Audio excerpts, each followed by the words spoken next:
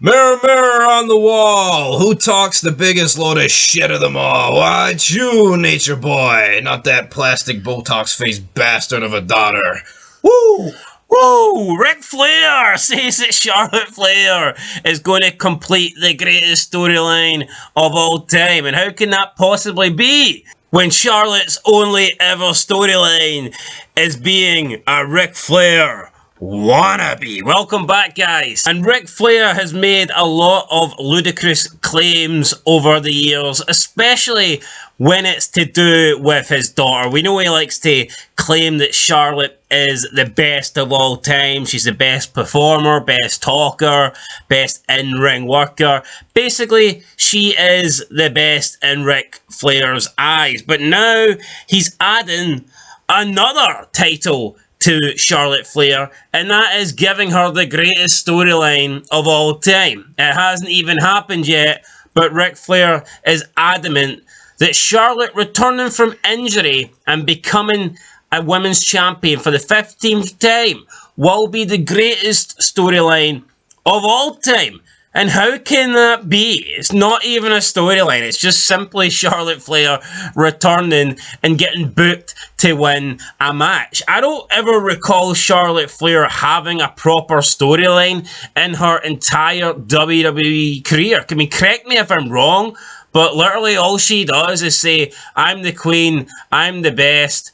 Woo! And that's all she's ever done. She's never been in an actual storyline. I don't recall where the fucking story is, so I'm not sure how she's going to go from doing no storylines to all of a sudden having the best storyline. She literally just wrestles and does shit moonsaults off the top rope. But anyway, Ric Flair, he thinks it's going to be the greatest thing ever. Forget all these great storylines that we've seen in wrestling. Apparently Charlotte coming back in 9 months' time is going to top everything. This is what Ric Flair had to say. Before we say what Ric Flair had to say, why can't he just say, oh, when she comes back, it's going to be epic, it's going to be some really good stuff? Why has he got to say this? Because this is lies, right? It's not just a Charlotte thing. Because I think Ric Flair's got to the point where he doesn't know what the truth is. Well, right, or he just doesn't like telling it. One of the two.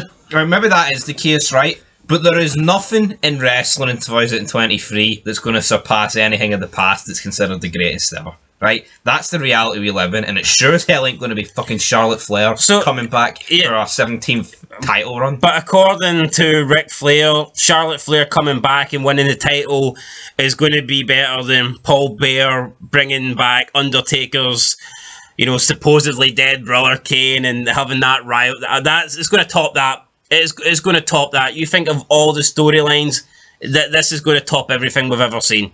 The streak, all those great feuds, oh yeah, all over. The invasion. Who ran over Austin? We don't care, because it's all about Charlotte Flair coming back and winning title 15.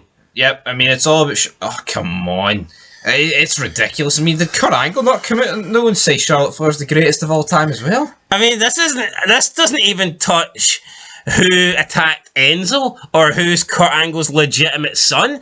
We barely get storylines anymore. Charlotte Flair coming back and winning the title isn't a fucking storyline. There's no story to it. It's simply her coming back from injury and Triple H shoving another title in her. Doesn't mean shit. But anyway, that's what Ric Flair had to say. Quote, she's the best worker in the business. Man or woman. She can do stuff Rey Mysterio does. She is the best worker in the business, male or female. She never politics in this horrible world of politics in the business. She doesn't kiss anybody's ass. She just gets better every day. She'll come back from this injury. It's stressing her out because she hasn't been hurt in a long time, but she's so muscled up. She'll come through the surgery. They'll put some stem cells in her. She'll come back and it'll be the greatest storyline of all time. She and Bayley and Io and Asuka. There are more people for her to wrestle. She has so much going on. I'm not knocking any of the other girls. Someone has to be the best. That's just the way it is. Whoa! End of quote. What a fucking load of shit. First of all, she's not the best worker in the business, man or female. She's not the best female worker in the business. She can't do anything that Rey Mysterio does because I've never seen Rey Mysterio injure his fucking knee on a moonsault. No, Rey Mysterio with no legs is better than fucking Charlotte Flair. How can she do Rey Mysterio stuff? Rey Mysterio can do a proper moonsault off the top rope. I don't think I've ever seen Charlotte hit a half decent looking moonsault. I'm yet to see Charlotte Flair work a Rey Mysterio match. Like his match with Sabu, his match with Kurt Angle, all these other matches Rey Mysterio's had. Ric Flair claims she never politics, but she's got 14 world titles and she's a fucking Flair. Therefore, she's definitely politicked throughout her career. The fact that her dad is Ric Flair, that is politicking in its own right. See, when you have to say you haven't politicked, you've politicked. Yeah, it's that simple. It's like Shawn Michaels saying he never politicked, or Triple H. I mean, Triple H, when you marry the boss's daughter, you're politicking. It is what it is. When you come into the business, she was politicking the day she got in purely because her second name was Flair. So again, this is more lies for Rick. And I mean, he says she doesn't kiss anybody's ass, but I don't know if I agree with that. I mean, I would say she's a pretty good ass kisser. Well, if she's anything like her father, I mean, she's kissing somebody's ass. Yeah, I mean, Ric Flair, he will pucker up, you bend over, and he will be getting the lipstick on. Then he says the injury, and it's going to be the greatest storyline because she, Bayley, Io, and Asuka. How does that four make a great storyline? She, Bayley, Io, and Asuka. This whole damage control thing is fucking garbage. What's the storyline? The current storyline was Charlotte was supposed to run through them all to get to Io, and then she basically snapped her leg. Is that what they're going to do, but 9 months down the line? Yeah, like, what's the story? Like, there is no story. Like, it's just wrestling matches. Well, where's the greatest storyline of all time for this? There's not going to be, like, throwing someone off a bridge, attacking someone at a house, or anything. What is there? Is this going to do a rerun 9 months later? Oh, who's stalking The Undertaker's wife? Holy shit, it's DDP. Is Charlotte going to stalk somebody? No, she's just going to return. You're going to hear her music. Down, down, down. Woo! And she's going to come down with a Ric Flair robe on, with a Ric Flair woo, with a Ric Flair taunt, with a Ric Flair walk. Going to get in the ring and she's going to do the modified Ric Flair figure fucking 4 because that's all she's got. The Ric Flair chops. I mean, probably the only move that she does that Ric Flair didn't do is the moonsault, and I mean, she fucking sucks at it. At least when Ric Flair flipped off the top rope every night, he never broke his neck. See, are we the only people to call this out? Where is, like, people in the business to call this out? Like, Austin, if he read this, would know it's fucking horseshit. Right? I mean, no, but I would respect Austin if he just replied to this and says, Ric Flair, I love you, man, but you're talking out your ass. There's been so many great storylines in the history of wrestling. How can you, for 1 second, say that Charlotte coming back from an injury and having a couple of matches is going to be the greatest storyline of all time? It's fucking lies, and it's actually insulting to say this. It's fucking horrendous. Yeah, it's just the storyline part. I mean, look at Cena. Ric Flair, the whole retirement story. Hey, whoa, I will never retire. Yeah, buddy, you won't retire. But as long as you keep winning. Because the next time you lose, you're fat. That was a fucking great storyline. Ric Flair basically being told by McMahon, you're done. As soon as you lose one more match, you are gone. You're forced out the company. You're retired. That was a great storyline. Nothing Charlotte is going to do is going to come close to that. So, I mean, it's Ric Flair. I mean, probably David Flair's had better storylines with Miss fucking Hancock. Yeah, David Flair. I never minded David Flair. Charlotte Flair has never had, like, what's this? Oh, she was in the back of a police car with Ronda Rousey and Becky Lynch once. Fucking couldn't. That's not a storyline though, is it? No. Storyline where there's a story, that's an incident. And they never really got arrested, it didn't lead to anything. It was a scene. That's not a storyline. Charlotte Flair's best storylines are when they do Raw vs SmackDown. She's been wearing a different colour fucking bib. That's not a storyline either. That's just Brad. That's two people from different shows attacking each other.